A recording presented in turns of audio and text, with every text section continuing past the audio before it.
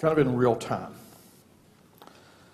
So it begins. A certain man had 2 sons, and the younger of them said to his father, Father, give me the portion of goods that falleth to me, and he divided it unto them his living. And not many days after, the younger son gathered all together and took journey into a far country, and there wasted his substance in righteous living. Can you think of the story about that scandalous son, right? And that father who is enabling that son with the money. The story in the community. And when he had spent all, there arose a mighty famine, and he began to be in want. And he went and joined himself to a citizen of that country, and he sent him into the fields to feed swine. And he would fain have filled his belly with the husk that the same swine did eat, and no man gave unto him. And when he came to himself, interesting concept, when he came to himself, he said, How many hired servants of my father's have bread enough to spare, and I perish with hunger? I will arise and go to my father, and I will say to him, Father, I have sinned against heaven and before thee, and I am no longer worthy to be called your son. Make me one of your servants. And he arose and he came to his father, but when he was yet a great way off, his father saw him, had compassion, and ran, and fell on his neck and kissed him. Wow. And the said son who had this rehearsed, right? He was ready. Said unto his father, I have sinned against heaven and in thy sight, and am no more worthy to be called thy son. The father cuts him off of sort. And he says to his servants, Bring forth the best robe and put it on him, and put a ring on his hand and shoes on his feet. And bring hither the fatted calf and kill it, and let us eat and be merry. We're going to have a party. For this my son was dead and is alive again. He was lost and is found. And they began to be merry. Now the elder son was in the field, where he always was. And he came and drew nigh to the house, and he heard the music and the dancing and the party going on. And he called one of the servants and asked, What does this mean? He said to him, Thy brother is come, and thy father hath killed the fatted calf, because he has received him safe and sound. And he was angry, and he would not go in. Therefore the father came out and entreated him. And he answered and said to his father, Lo, these many years do I serve thee, neither transgressed I at any time thy commandment. We'll come to that in a second. Not one time did he do anything wrong. I at any time, and yet thou never gavest me a kid, that I might make merry with my friends. But as soon as this thy son has come, which hath devoured thy living with harlots, thou hast killed him, the fatted calf. And he said unto him, Son, thou art ever with me, and all that I have is thine. It was meet that we should make merry and be glad, for this thy brother was dead, and is alive again, and was lost, and now is found. So you know that story before. I want to know how it ends, but it ends right there. Right? But as I listen to this story, I think you got to try to remember how the story goes. In those days, inheritance and wills and estates, they all were kind of the same. There was the rules customs, culture that happened. The oldest son got a double blessing, typically, and the other children got single blessings. And they got that when the father died. That was the way it worked, right? That's what all the good kids did. That's what all the good families did. And that didn't happen that way. This wasn't kind of like a little embarrassment, like you get a phone call and your child is in jail because they have a DWI. I mean, that's not good. But this is bigger than that. It's not like they came home and they're suspended from school. It's not even like they have now quit being Presbyterian and became Mormon or something. It's a big deal. I mean, those are big deals. I'm not minimizing them. I'm just saying, to get to the story, I think one has to appreciate that this scandalous rascal of a kid embarrassed, humiliated his father, his family, and really the community. He didn't just kind of get a little off the rails. He did some pretty unforgivable kinds of things. That's how the story begins. I guess that's why we call it, that's the stage. The prodigal gets the stage in this story. So that's how it goes. It's like, wow, I can only imagine the family. If they got together for Sunday lunch the next week, can you imagine that conversation? I can't believe you gave him the money. I can't believe that he asked for the money. I want to know, where was Mom? Right? I bet she had a thought about this. We don't know, but surely Mom had a thought, as well as all the rest of the family. And really, this is really why I'm telling this story. I think I'm going to highlight and not minimize the main point, because no matter whose take of story you get, this is about God's love and forgiveness. Okay? That's what this story is about, period. But there are so many things about this family that just makes me really curious. And it makes me curious because I hear your stories and I hear my story. The research says that approximately 1 out of every 4 individuals is estranged from somebody in their family. Don't want to make this too personal, but that would be 1, 2, 3, 4. 1, 2, 3, 4. Okay? It doesn't say 1 in 4 of people who aren't churched. It says 1 in 4. That seems, and I think that might be a little, I think it might be greater than that. People just won't confess. It's a lot. And it's a heartache like few other heartaches. Right? I think, as best as I can understand it from my perspective and from what I hear from people, these betrayals, these humiliations that come from our children or our grandchildren or our brother or our sisters, they cut in a deep kind of way, a different kind of way, and they're really hard to get past. They're really hard to watch and run and redeem at the first sight of coming back. It's so much easier to be bitter and hard. And mostly my sense of that is, as I think of me and us and we humans, we get bitter and hard because somehow we have to manage our pain, right? As long as somebody that you love dearly has betrayed you and left you, it hurts. I mean, it doesn't quit hurting, right? Much. So you kind of do something, you just kind of get hard in many kinds. And so, that's the setting. And one of my early mentors wrote a book. It's called Come to the Party. His name is Olson. About this story. And I think about our family Christmas parties, right? Surely y'all have some like that too. It's like, oh no. We thought they weren't coming. Or everybody has an Uncle Frank or somebody of that sort that drinks too much or curses too much, and you think, oh, what are we going to do about them? Can we sit them at the end? Can we do it the next day? You know, a lot of times Christmas parties are less than a party, right? Which is where I'm going to jump for a moment and come back to the prodigal, but talk about the elder, right? That's a sticky wick. The elder is quite a sticky wick. You hear his language, you hear his anger, you hear his resentment. And in the context of the story, you know, he has a valid complaint, right?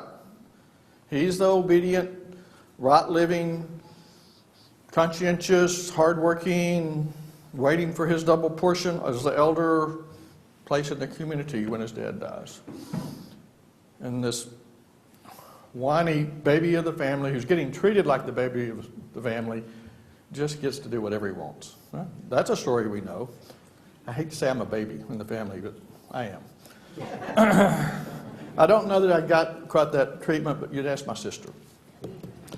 So you have this elder who hears the party, doesn't know what it is, comes and listens, and they tell him what it is, and he won't go in. His father comes out and asks him to come in, and he says no. He says something stronger than no, actually, and says, "This thy son." He's already done the disowning part. He's already been living in town with people snickering about how his younger brother got away with it. He's been living like it for years now. So he's decided this is not his brother anymore much, and he won't come in. He doesn't come in, even when the father repeats the invitation. You know, I just have 101 questions as a therapist and as a human and as a family man about what happened the next week. You know, if you're the prodigal and you've had this amazing, incredible experience that was completely unexpected, I can almost hear next Wednesday him coming back and saying, "Dad, did you really mean that? Am I really okay? I still feel really bad. Do I need to be a servant for a little while longer before I can be son?" I mean, you know, self-forgiveness is really kind of tough, right? So I wonder what happened the next week with him. I really wonder what happened the next week with the elder in our families, right? Did he finally say, "Okay, it's time to get cards on the table, call a meeting," and he blesses out his father and his son, he tells them how it is, and somehow reconciles?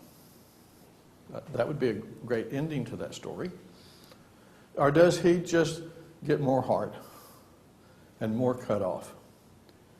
That's what we call that in therapy with families, when somebody disowns and will have nothing to do with the bad person. We call it cut off. It's ended. We're not speaking to them ever again.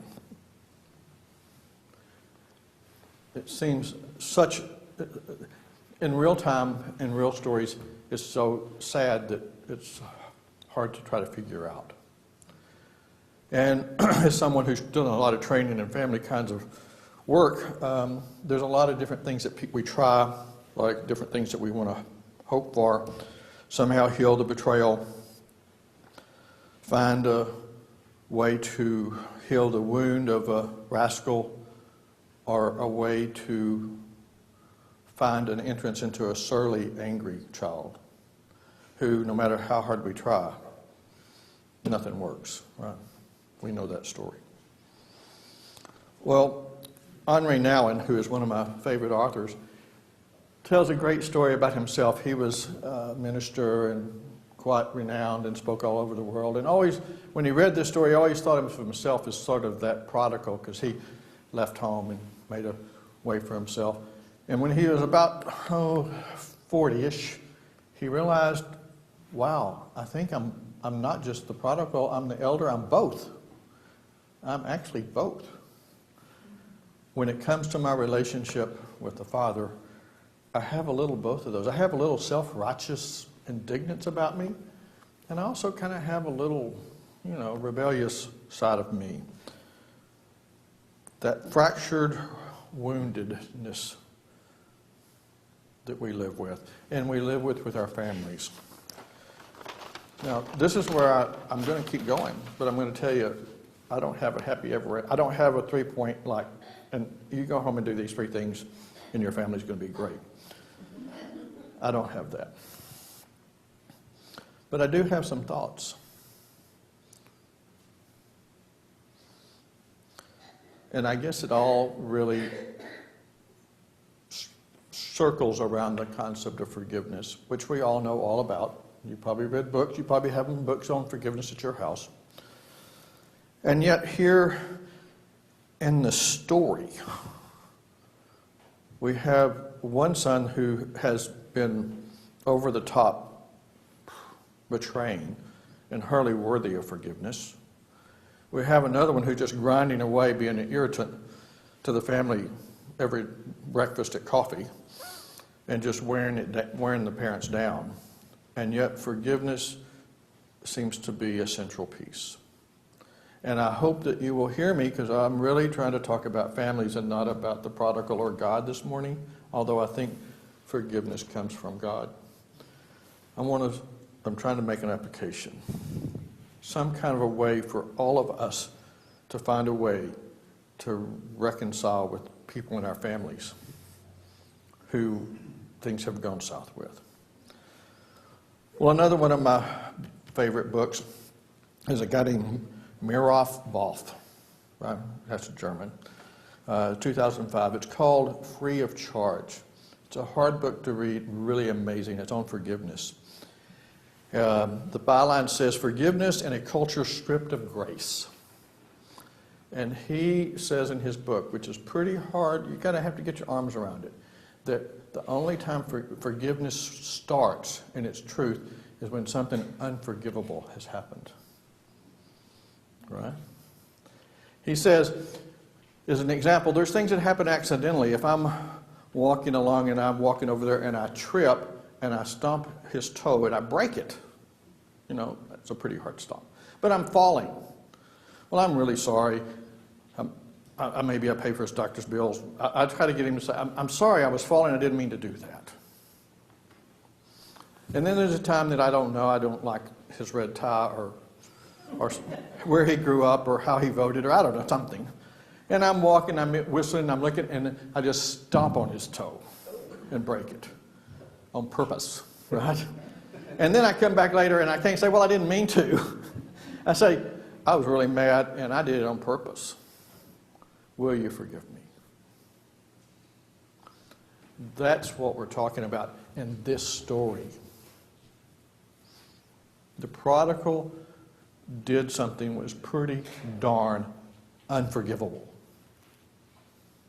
humiliating, unacceptable. But somehow, the father longed for him, missed him, and could forgive him for horrible things because he loved him. And he wanted him back. He was dead, and now he's alive. We just get so caught up, and I know I do. Y'all know I'm from West Texas. All the farmers out there are pretty straight shooting, and they say it is what it is, and justice is justice. Going to get his comeuppance, right? That young man needs to learn a lesson, which means they want to teach him a lesson, right? Something of that sort. And so we get caught there. We get caught there with our children and our brothers, our sisters, and our family, where justice overrides our relationship. So this isn't very tidy. The story's not very tidy, because I think justice is important. But in family relations, I suspect we should probably try for forgiveness before justice if we really want to have our families intact. Not exclusively either way. There's a German word, and I'm going to butcher this one. I did this word in Fredericksburg, Texas about 2 years ago, and they all laughed at me. But I don't think any of you are German that I know of. The word is Schadenfreude. It's not how it's. Oh, there's a German here. I'm not saying it right, but that's the word. This is the meaning of the word. It's when someone has joy or celebration in another person's suffering. Like praying the other team fumbles the ball so we can win. Except it's much more serious about that when that virus gets in our family. When we actually are so frustrated and so irritated that we celebrate their downfall. I guess I do mean for it to be grim, because it's grim. And it's the underbelly of our family lives that we don't share much of, yet needs so much fresh air. The thing about forgiveness. It's real. So what is the point? There is a point. I have one point, I guess. If we're going to go back to the prodigal. You know, he's coming home. He's rehearsed his confession. He's guilty. He's coming to grips with his guilt, and he's desperate, and he's coming home. And the father runs to him and throws a party as if it never happened. No, I think that's pretty complicated. You know, that's a part of that next week's story that we don't know anything about. But that's what happened. Because just the sight of his youngest son returning brought the sparkle to his eye. Right?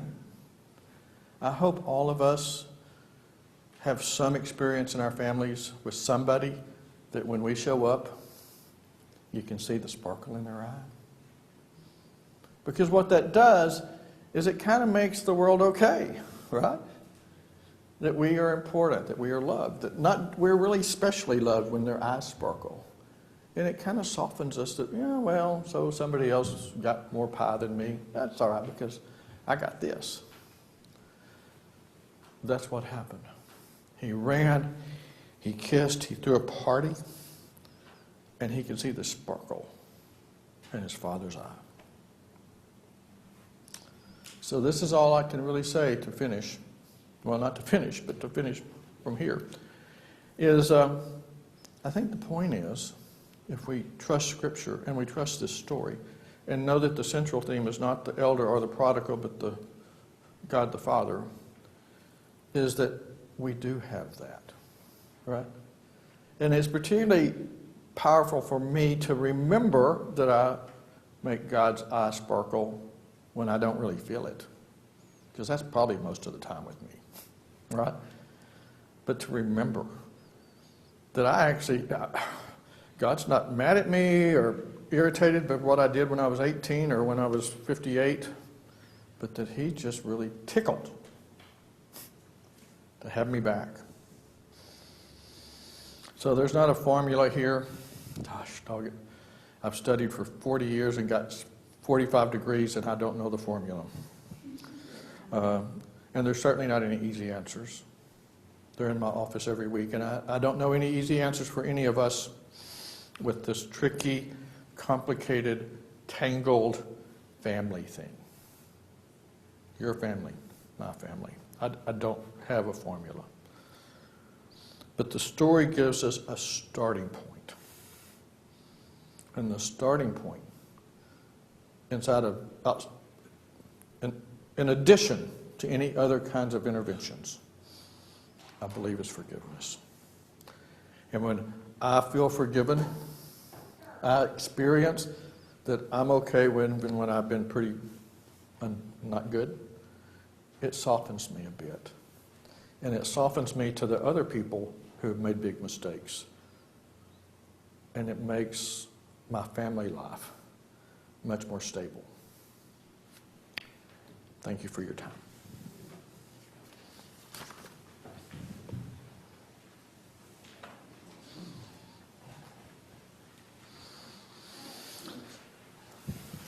If you will turn to your bulletin, the affirmation of faith is in there.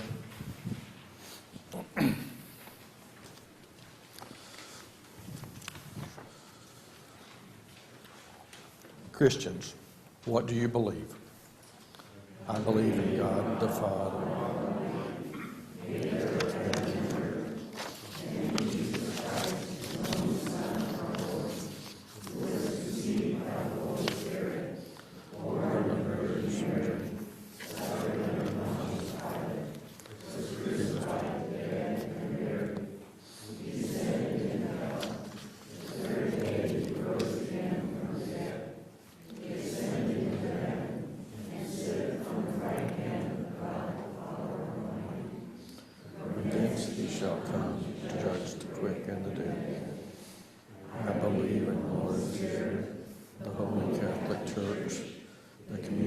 of saints, the forgiveness of sins, the resurrection of the body, and the life everlasting.